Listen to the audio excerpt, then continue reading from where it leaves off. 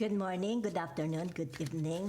Para sa ating fire sign na Aries, Leo, Sagittarius, bibigyan ko kayo ng forecast reading sa mga natitira araw, linggo ng buwan ng Marso. Let's see the energies surrounding sa inyo, okay?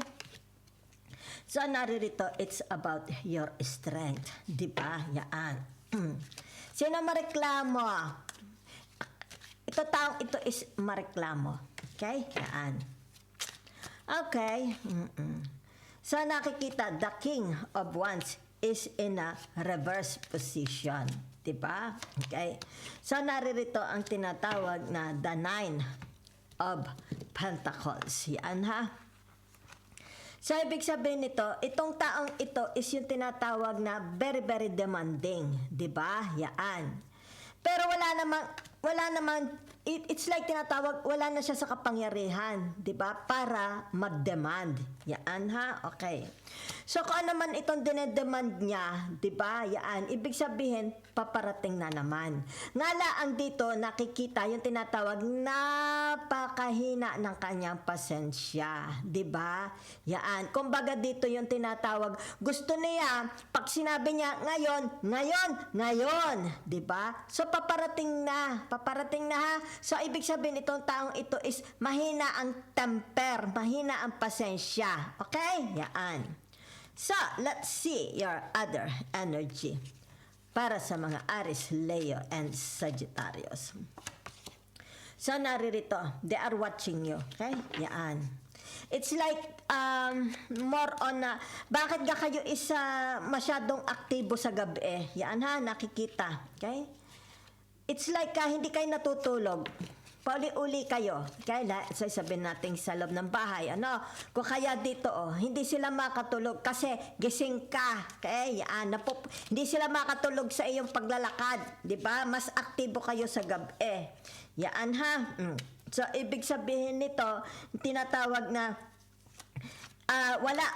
wala silang makita, 'di ba? Yan. Kung ano itong hinahanap nila, 'di ba? Yan. Kaya siguro sa gabi active itong mga ito. Yan ha.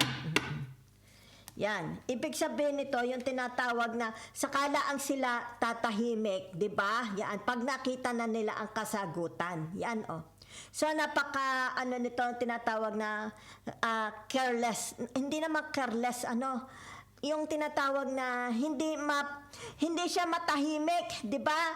It's like hindi siya mapakali. Yan, gabing-gabi na hindi pa siya matulog, hindi mapakali. Okay? Yan. Kung ano baga itong hinahanap niya. Saka lang siya mapapakali once na ito is nahanap niya, 'di ba? Yan. Okay? Yan, kita mo kaya namumulot ng star, 'di ba? Sakalaan siya titigil, tinatawag na tatahimik, 'di ba? Mapapalagay ang loob once na kung ano itong hinahanap niya. Pero nakikita mo siya kahit gabi na, 'di ba?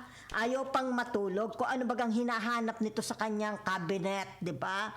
Ano bagang hinahanap mo sa iyong sa ilalim ng lamesa. Tunay ka. Yan ha. Aries, Leo, Sagittarius. So, naririto, yan ha, whatever is this, ibig sabihin ito yung tinatawag na graduation, the end of their leadership, the end of their studies, di ba?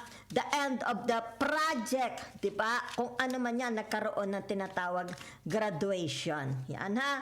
So, kita mo naman dito kung ano ito, nagkaroon ng tinatawag graduation. It's like a legacy. Kung ano itong legacy iiwan niya. Okay? Halimbawa sa kanyang pamilya, okay? Sa kanyang mga halimbawa sabihin na natin sa negosyo, sa investment, 'di ba? Yan ha. Nagkaroon na tagumpay. Yan ha. So, tingnan natin ha. Ano ito? Yan ha. Ibig sabihin nito, yan, okay? Talagang itong taong ito is yung tinatawag na hindi mapakali. Tapos na, ibig sabihin, pahinga na, 'di ba? Pero kumbaga ayaw tumigil, 'di ba? para bagang sinisilihan ang puwet, di ba? Yan, kumbaga dito, mamahinga ka na. Kumbaga, wag mag-retire ka na, di ba? Let's say, sabihin natin, retired teacher, retired consultant, retired engineer. Pero nakikita mo siya dito, yung tinatawag na hindi mapakali, di ba? Yan, hindi siya mapakali. Yan, ha? Okay. So, it's like tinatawag, sabihin na natin, sakala siya mapapakali, di ba? Pagka tinatawag na I don't know. It's like para silang walang contentment, 'di ba? Yan. Okay? Kung ano man ito. Yan. Walang contentment. Yan ha. So, nakikita dito ang tinatawag the judgment, 'di ba? So, ibig sabihin nitong the judgment na ito, yung tinatawag na it's about their conscience, 'di ba? Konsensya. Yan. So, ibig sabihin nito, paano kayo i-judge, di ba? Paano kayo i-judge? Maybe it needs tinatawag confession, di ba? Sinasabing if you have guilt, kailangan itong i-confess, di ba? Yan. Para magkaroon ng tinatawag na katahimikan ng damdamin, di ba? That's all I have for you.